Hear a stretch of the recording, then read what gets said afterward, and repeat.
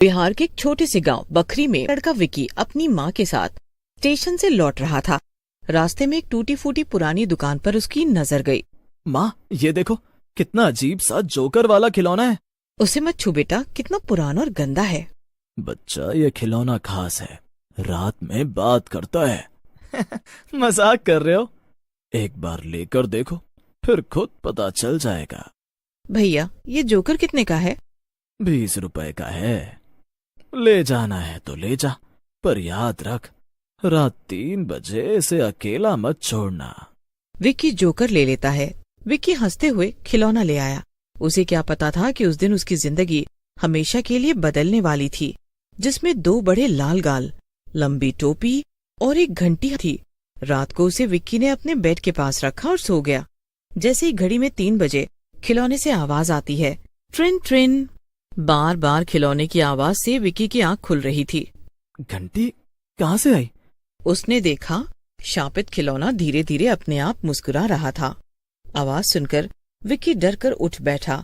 विक्की जागो, मेरा खेल शुरू हो गया है। ये क्या सपना है? जोकर मुस्कुरा कैसे रहा है? डर के मारे विक्की अपने कंबल में मुंह घुसा के लेट जाता है।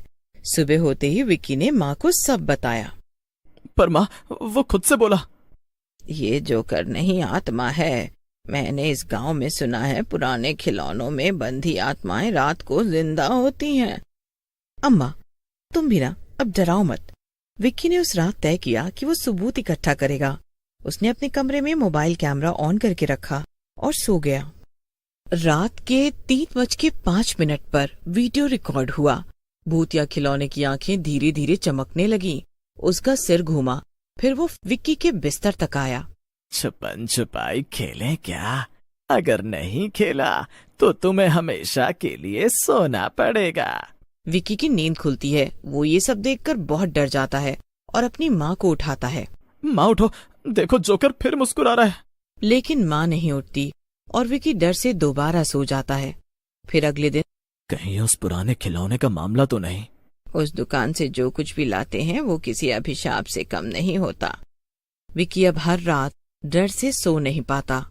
फिर एक दिन उसने देखा, खिलौने की आंखों में एक लड़के की परछाई थी जो मदद के लिए चिल्ला रहा था। विक्की ने गांव के एक बूढ़े तांत्रिक बाबा से मदद ली। बाबा, हमारी मदद करो, ये खिलौना हमें रहने नहीं दे रहा है। ये कौन है और क्या चाहता है? ये खिलौना नहीं, 30 साल पहले मरे की आत्मा है। उसका नाम भी विक्की था। मतलब मैं उसी के नाम का हूँ? हाँ, और अब वो आत्मा अपना नाम वापस लेना चाहती है, तुम्हारा शरीर लेकर। बाबा ने विक्की को बताया कि आत्मा को हराने के लिए उसे एक बार उसका खेल जीतना होगा। रात को 3 बजे विक्की कमरे में बैठा। खेल शुरू हुआ, छुप जा विक्की।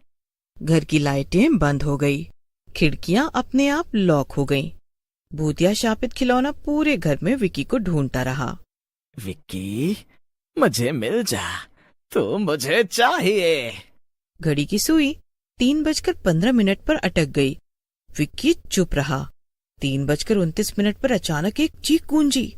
नहीं, मुझे हराया नहीं जा सकता, नहीं। विक्की ने देखा, खिलौना जल रहा है। उसकी आंखों से धुआं निकल रहा है और वो आवाज दे रहा है। विक्की, तुझे तो जाना ही होगा मेरे साथ, तेरी जगह मेरी है। लेकिन तभी बाबा मंत्र पढ़ते हुए आया और खिलौने पर गंगा जल छिड़का। तेरी मुक्ति का समय आ गया, लौट जा। और एकदम से खिलौना राख बन गया। अगली सुबह सब कुछ सामान्य था। अब सब ठीक है बेटा, वो चला गया। नहीं बहू, आत्माएं कभी नहीं मरती, बस शांत होती हैं। विक्की और माँ को लगा कि अब सब खत्म हो गया है। चुड़ैलनुमा खिलौना अब जल चुका था, राख बन चुका था और बाबा भी कह चुका था कि आत्मा शांत हो चुकी है। लेकिन सुबह मोहन, जो कि विक्की का छोटा भाई था, कमरे के कोने में खिलौना उठा। मोहन अब उस जोकर से दिन रात बातें करता है। माँ को लगा बच्चा कल्पना कर रहा है, लेकिन विक्की जानता था ये वही आत्मा है। एक रात विक्की की आंख खुली 3 बजे। उसने देखा, मोहन नींद में बैठा है और जोकर खिलौना उसकी गोद में है।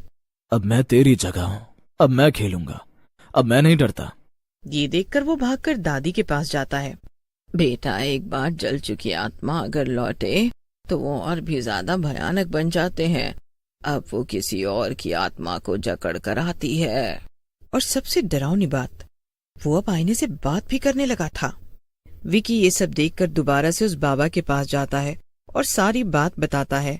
बाबा इस बार कुछ ज्यादा गंभीर थे। अब वो आत्मा सिर्फ खिलौने में नहीं, मोहन के अंदर आ चुकी है। ये दूसरी अवस्था है। इसे अब सिर्फ अग्नि मंत्र और अपनों के प्रेम से निकाला जा सकता है। मतलब मैं क्या करूं? तेरे प्यार की आवाज ही उसे बाहर निकाल सकती है। और एक आखिरी मंत्र मैं दूंगा जो सिर्फ भाई की जुबान से असर करेगा। रात हो जाती है और रात को 3 बजे घर की सारी लाइटें बंद हो जाती हैं। मोहन अपने आप उठता है। खिलौना अब उसके हाथ में नहीं, पर उसकी आंखों में झलक रहा था। विकी ने मार्ग से लिया हुआ राख का तावीज मोहन की ओर फेंका और चिल्लाया, मोहन सुन, भाई का प्यार है सच्चा, जो तुझे दे रहा है पक्का। आत्मा तू चली जा दूर, छोड़ ये नन्हा मासूम सुर। मोहन जोर से चिल्लाया। उसकी आंखें जल उठी। फिर हवा में जोकर की आवाज गूंजी। एक जोर की चीख के साथ मोहन जमीन पर गिरा। मोहन की सांसें तेज थी, आंखें बंद थी, लेकिन चेहरे पर शांति थी। बाबा ने जो राख का तावीज खिलौने की राख से बनाया था, वो अब जल चुका था। इस घटना को 6 महीने बीत गए थे। विकी का परिवार अब शहर शिफ्ट हो चुका था। सब ठीक चल रहा था। एक दिन पुरानी स्टोर रूम की सफाई हुई। वहाँ एक टूटा सा खिलौना मिला। तभी वहाँ से मोहन गुजरा और उसकी नजर उसी खिलौने पर पड़ी। बेटा, इस बार तो हमने शहर भी बदल लिया, फिर कैसे? पर शायद वो आत्मा मरी नहीं थी माँ। उसने कहा था खेल कभी बंद नहीं होता। बेटा, अपना और मोहन का ध्यान रखना। विकी फिर उस बाबा को ढूंढने दौड़ा, लेकिन वो बाबा अब गुफा में तप कर रहे थे। मैं जानता हूँ बेटा, और मोहन फिर से उसका रास्ता बन चुका है। अब क्या करें बाबा? अब खेल को वहीं खत्म करना होगा, इस स्टोर रूम में जहां उसने फिर से शरीर लिया है। लेकिन ध्यान रखना, अब वो सिर्फ आत्मा नहीं, भटकती परछाई बन चुकी है। स्टोर रूम में हवन किया जाएगा और मोहन को साथ ले जाना होगा और उसे खुद उस खिलौने को जलाकर फेंकना होगा। अगर आत्मा मोहन को पूरी तरह कब्जा कर चुकी हो तो वो सबको मार सकता है। हाँ, वो मार सकती है, लेकिन उसे उसका समाधान भी करना पड़ेगा। अगर उसे ऐसे ही छोड़ दिया तो मोहन को भी परेशानी होगी। रात के 3 बजे मोहन अपने आप उठ गया और जो स्टोर रूम था उसके अंदर चला गया। विकी और बाबा भी उसका पीछा करते हुए स्टोर रूम पहुंचे। मोहन, ये तू नहीं है, निकाल इस पाप को, जला ये खिलौना। अब मोहन नहीं, अब मैं मोनू जोकर हूं। बाबा ने मंत्र पढ़ना शुरू किया। ओम अग्नि आत्मा ने स्वाहा, ओम अग्नि आत्मा ने स्वाहा। खिलौना आग की लपटों में जल उठा। चीखें गूंजी। पूरा स्टोर रूम जल गया। मोहन जमीन पर गिरा, बेहोश, लेकिन अब उसकी आंखें फिर से मासूम थीं।